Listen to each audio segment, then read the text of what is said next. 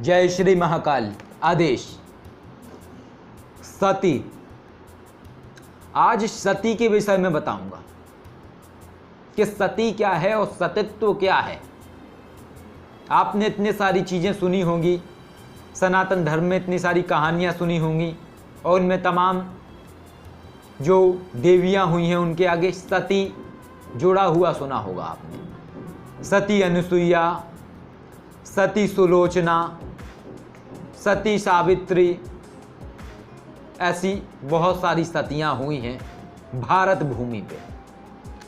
तो आखिर ये सती क्या है, क्या है सती का अर्थ, और क्या थी इनकी अद्भुत क्षमताएं और किस तरीके से इनकी शक्तियां कार्य करती थी, आज इस विषय में बताऊंगा। सती जो है एक तरीके से पतिव्रत होती थी, यानी चरित्रवान, अपने पति के अलावा किसी को स्वप्न में भी ना सोचना, इतना दृढ़ संकल्प होता था उनका। और 4-4 सालों तक, 6-6 सालों तक, 10-10 सालों तक ब्रह्मचर्य में रहती थी और तपस्याएं करती थी। यह था उनका तप, सती का तप ये था। सती सुलोचना, सती सुलोचना के सतत्व में, यानी उनके सती तत्व में इतनी ताकत थी कि जब मेघनाद का वध किया तो मेघनाद का जो सिर था वो वहां गिरा और भी अंग गिरे। और उन्होंने बोला कि यदि मेरे पास सतत्व है, यानी सती तत्व है, तो बताओ मेरे पति का अंत किसने किया। और वो मेघनाद के मृतदेह ने लिख दिया था उंगली से नाम। मुझे याद नहीं है पूर्ण तरीके से कि राम जी ने किया था या लक्ष्मण जी ने किया था रामायण के समय, जब युद्ध हुआ था रावण का और राम जी का। तो ये था सती तत्व। इसके साथ ही सती सावित्री के विषय में भी आप लोगों ने सुना होगा, कथाएं पढ़ी होगी। सती सावित्री भी ऐसी ही थी।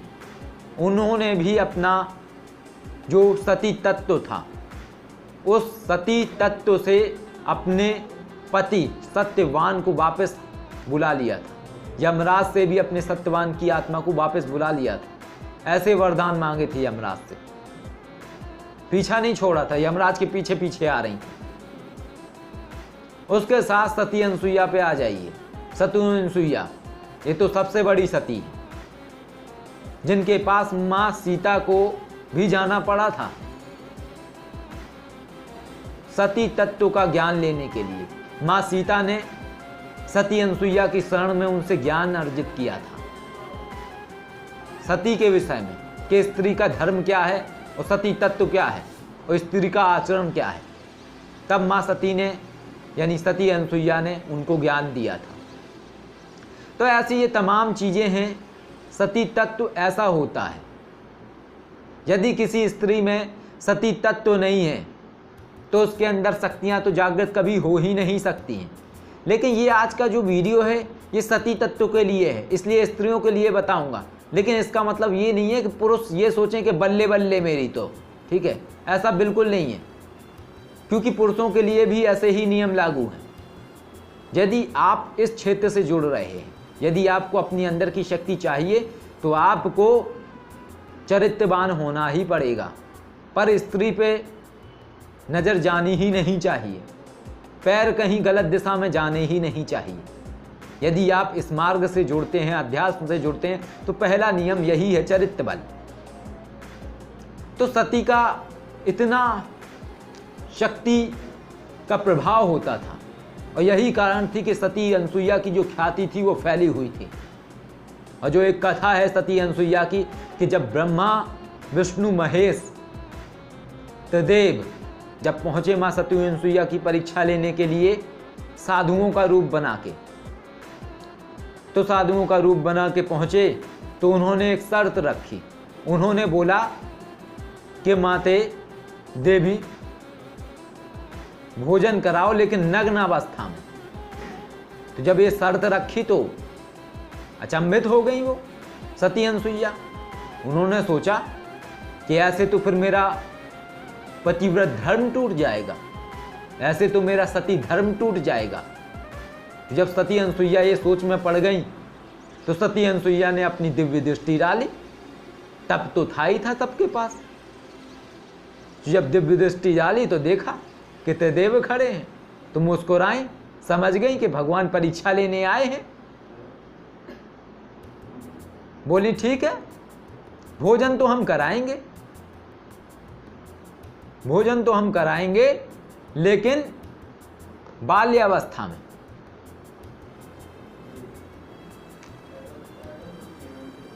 बाल्यावस्था में जैसे ये बोला तो वो त्रिदेव बालक बन गए। 3-3 साल के छोटे छोटे बच्चे बन गए, वो सब एक जैसे ही।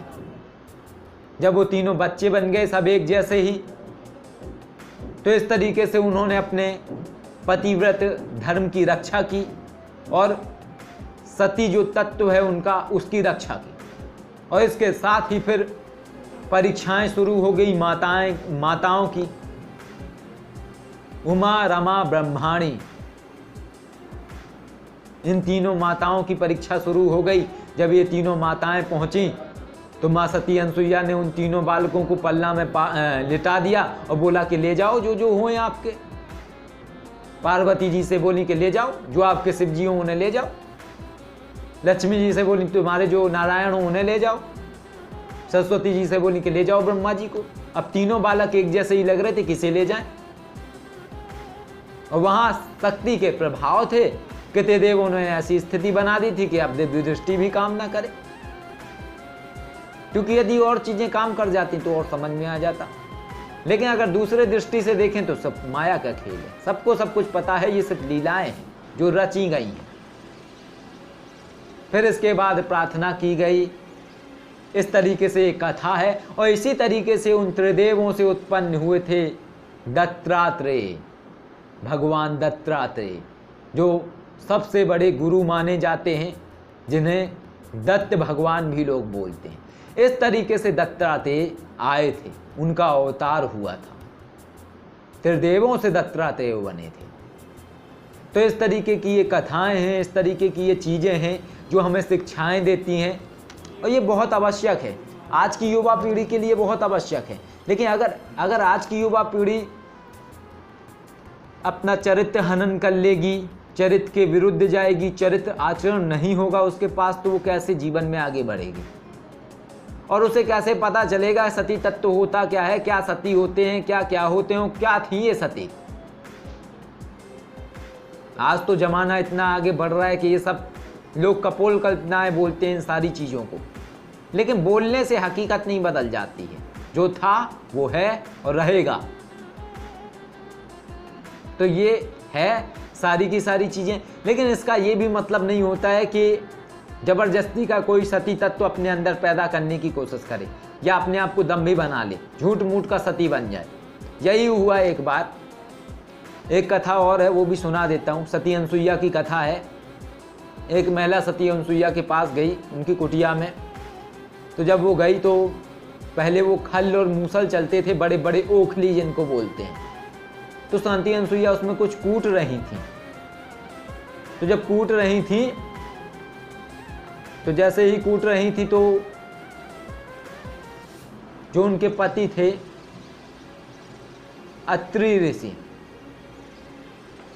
तो जो अत्रि ऋषि थे उन्होंने सती अनसुईया को आवाज़ लगाई। महिला वहीं उनके यहाँ पहुंची हुई थी कुछ सामान लेने के लिए। तो जैसे ही अत्रि मुनि ने, ऋषि ने आवाज़ लगाई सती अनसुईया जी को कि पानी ले आइयो, वैसे ही सती अनसुईया मूसल उठाए हुए थी हवा में, और हवा में ही मूसल छोड़ दिया। वो मूसल हवा में ही रह गया।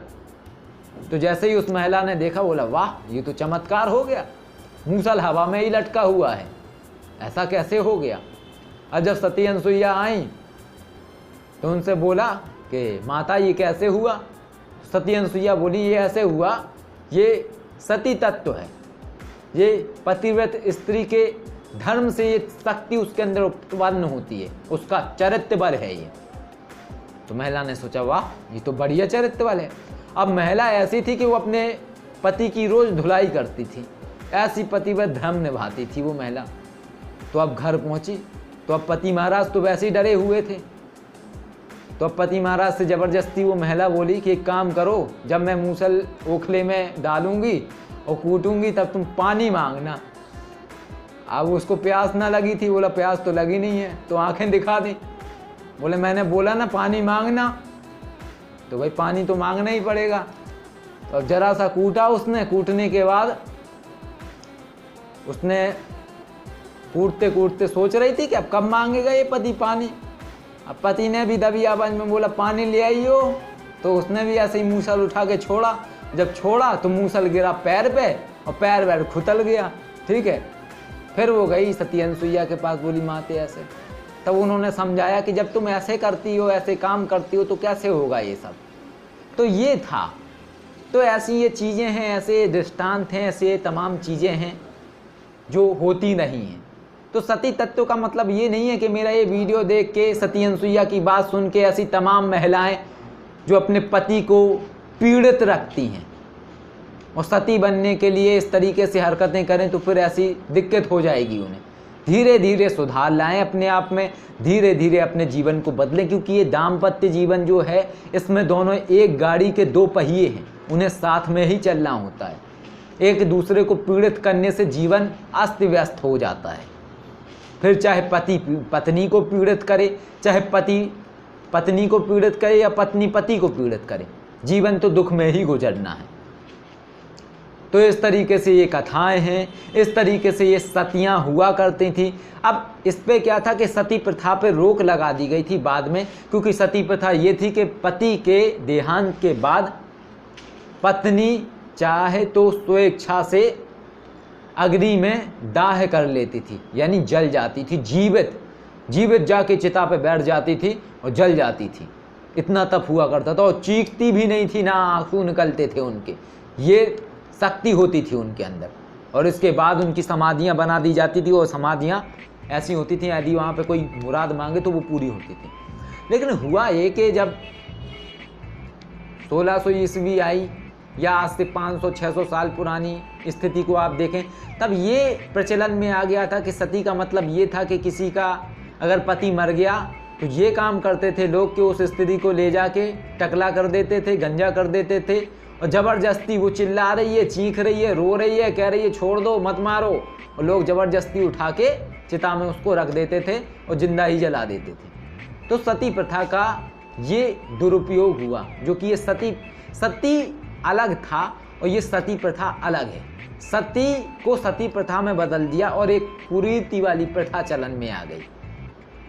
फिर इसका जो सुधार था, इस प्रथा को जो बंद कराया था दयानंद सरस्वती जी ने शायद बंद कराया था संभवतः, है जी, या राजा राम मोहन राय जी ने, या दोनों जनों ने मिलके, मुझे ज़्यादा याद नहीं है। मैं इसलिए बोल देता हूँ भैया कि याद नहीं है, क्योंकि कल को बहुत ज्ञानी लोग हैं फिर मेरे बातों पर प्रश्न उठाएं, इससे पहले ही बोल देता हूँ। जो पता नहीं है वो बोल देता हूँ, याद नहीं होता है तो पूछ लेता हूँ, क्योंकि पूछने में कोई बुराई नहीं है, ठीक है ना।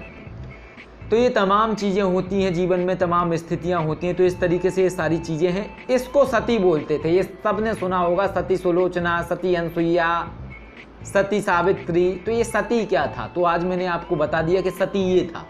और सती जितनी भी आज तक सती हुई हैं उन सब के विषय में अगर जानना है आपको तो आपको जाना पड़ेगा चित्रकूट, जहाँ पे राम जी ने 14 साल का वनवास गुजारा था जंगलों में। वो चित्रकूट जो कि आधा उत्तर प्रदेश में है और आधा मध्य प्रदेश में है, जो कि करवी के पास पड़ेगा आपका। तो आपको चित्रकूट जाना पड़ेगा। चित्रकूट में ही सती अनसुईया धाम है, वहाँ पे एक भव्य मंदिर बना है बहुत बड़ा। जितनी भी आज तक सती हुई हैं उन सब सतियों की मूर्तियाँ वहाँ पे स्थापित करी गई हैं, बनाया गया है स्मारक के तौर पे, ताकि लोगों को पता चल सके कि इतनी सती हुई हैं आज तक भारतवर्ष में, भारत भूमि पे इतनी बड़ी बड़ी सतियाँ हुई हैं, और जिनके अंदर इतनी इतनी शक्ति हुआ करती थी, जिनके अंदर इतना इतना तप हुआ करता था। तो इस तरीके की ये भारत की कहानियाँ हैं और हमारी ये प्राचीन कथाएं हैं, जो कि आजकल सुनने में नहीं आती हैं, इसलिए मैं सुना रहा हूँ ताकि YouTube के माध्यम से आप लोगों को जानकारी मिले। साथ में मनोरंजन ही सही है आप लोगों का, लेकिन जानकारी तो मिलेगी कम से कम आप लोगों को। मनोरंजन के ही दौरान सही मनोरंजन ही कीजिए, मत जीवन में उतारिए। जैसे हैं वैसे ही रहिए, चरित्रहीन रहिए, चरित्रवान रहिए, जो मर्जी आए वो करिए, लेकिन जानकारी तो हो ही रही है कम से कम।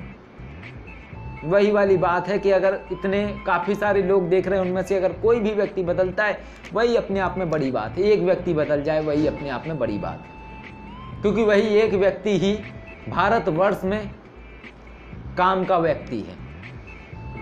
वो अपने देश के प्रति सचेत है, क्योंकि जिस देश के युवा चरित्रवान होते हैं, जिस देश के युवा अपने देश के प्रति निष्ठावान होते हैं, जिन्हें अपनी संस्कृति का बोध होता है, वही अपनी संस्कृति के लिए कुछ कर सकते हैं। जिन्हें बोध ही नहीं है, जिन्हें कुछ पता ही नहीं है, वो क्या करेंगे। आशा करता हूँ वीडियो अच्छी लगी होगी। अगर वीडियो अच्छी लगी तो शेयर जरूर कीजिएगा। जय श्री महाकाल। आदेश।